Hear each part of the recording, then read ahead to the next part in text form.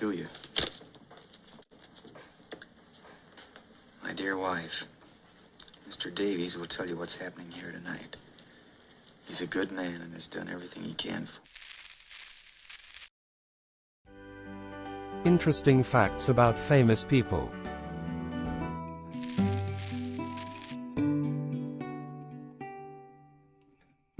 Westerns that made actors into stars.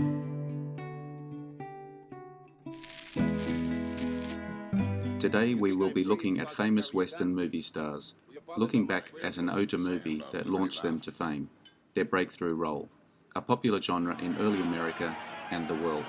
Actors like Gary Cooper, Charles Bronson and Henry Fonda all found their success through roles in Westerns. Let's check out these films and their roles in them. If you enjoy this video, hit the notification button to get my new videos. If you want to check out my many other videos, head over to my channel. The link is in the description. Please take a second to like the channel as well. I appreciate it. Let's get into it in no particular order.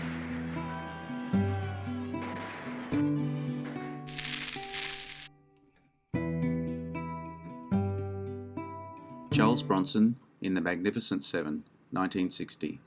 His first leading role was as the title character in 1958's film noir Machine Gun Kelly. He didn't have his breakthrough into the mainstream until his supporting role as professional gunfighter Bernardo O'Reilly in The Magnificent Seven, the Western interpretation of Seven Samurai. The strong persona that Bronson played in The Magnificent Seven was also seen in westerns like Guns of Diablo, Fall for Texas, and most notably Once Upon a Time in the West. Steve McQueen, James Coburn, and Charles Bronson all appeared together again in John Sturgis's next film, The Great Escape, 1963. It bends and it twists them until finally it buries them under the ground.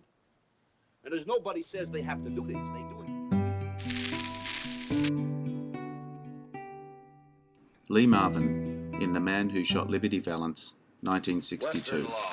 Before he started playing anti-heroes like Walker in Point Blank and the Sergeant in The Big Red One, Lee Marvin was famous for playing heavy in crime films like The Big Heat and The Wild One early in his career. His breakthrough role came as the villain in The Man Who Shot Liberty Valance, playing the title character, Liberty Valance. James Stewart and John Wayne are the stars of this movie. Marvin's Valance played a worthy foe, forever cementing him in the cinema's Western genre as a reliable villain.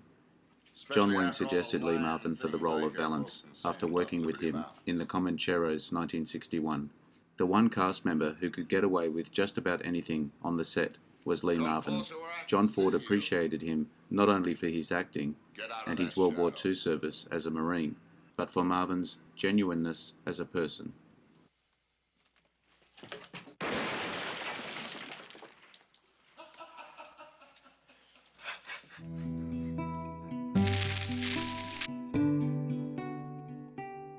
James Stewart in Destry Rides Again, 1939.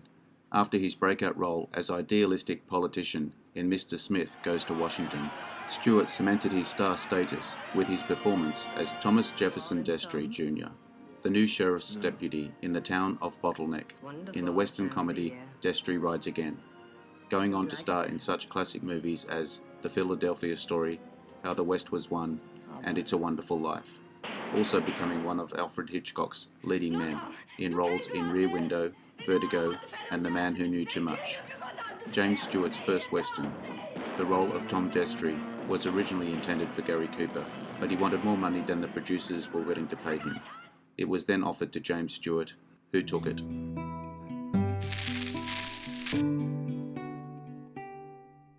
Gary Cooper in The Virginian, 1929.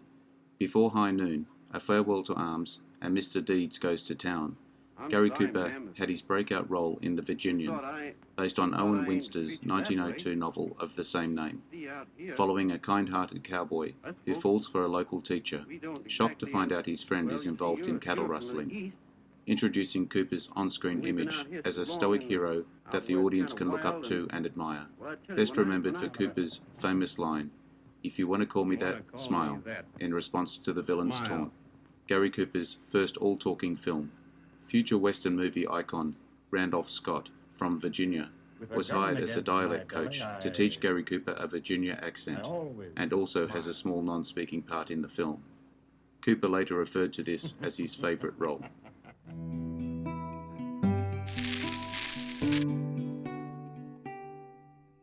Clint Eastwood in A Fistful of Dollars, 1964.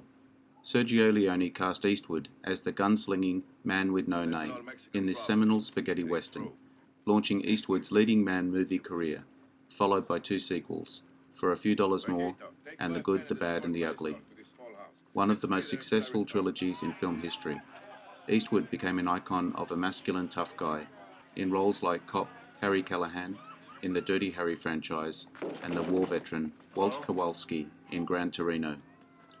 Clint Eastwood's contract for Rawhide, 1959, didn't allow him to make movies in the United States while on break from the series. However, the contract did allow him to accept movie assignments in Europe. Sergio Leone warmed to Clint Eastwood very quickly and joked that he had only 2 expressions, with hat or without hat. This man with no name is played. Randolph Scott in Heritage of the Desert, 1932. Scott played in movies from a wide range of genres, from horror movies to drama movies to dark war films. He got started in the Western genre and played his first lead role as Jack Hare in Heritage of the Desert. Heritage of the Desert follows a rancher who's challenged by an outlaw hiding out in a herd of stolen cattle. This oater was followed with many more roles for Scott.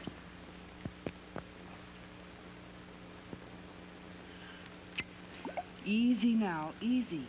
Not too much at first.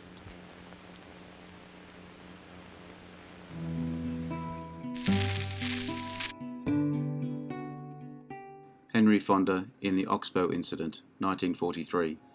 After playing roles in westerns like Jesse James and The Trail of the Lonesome Pine before his World War II service, he didn't become a leading man until after the war, starring as cowboy Gil Carter in The Oxbow Incident. The movie wouldn't have had a chance of winning Best Picture at the Oscars if it wasn't nominated in the same year as Casablanca. Fonda later swapping his everyday persona he played in The Oxbow Incident when he went on to play a villain in Once Upon a Time in the West. This was only one of 2 films from that period that Fonda was actually enthusiastic about starring in. The other was The Grapes of Wrath, 1940. Fonda always regarded this as one of his favourite films. Henry Fonda's commitment to this film was partly due to having witnessed, at age 14, the lynching of Will Brown in Omaha on September 28, 1919.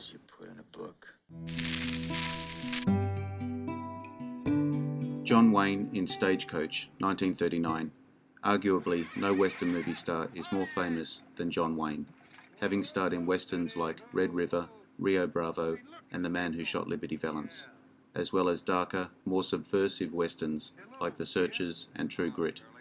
Despite having already made 79 films, his career as a star in the western genre began with his standout role as the Ringo Kid in John Ford's masterpiece, Stagecoach, a sharpshooting badass who broke out of prison to seek revenge for the murder of his brother and father. The hat that John Wayne wears was his own. He would wear it in many westerns during the next 2 decades, before retiring it after Howard Hawks' Rio Bravo, 1959. The film made John Wayne a major star, 9 years after the failure of The Big Trail, 1930. John Wayne's salary was considerably less than all of his co-stars, apart from John Carradine.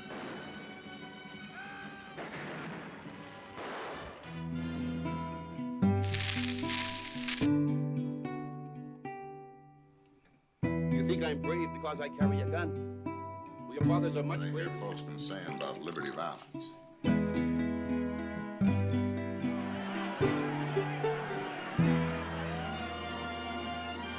Smile.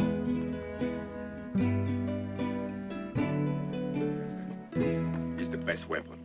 That's very nice. I hope you enjoyed the video. Let me know what you think in the comments. I appreciate your likes and subscribers. Hit the notification button to get my new videos. Take a look at my channel and check out my Facebook page.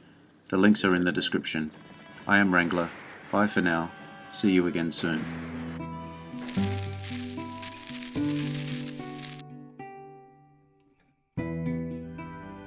Interesting facts about famous people.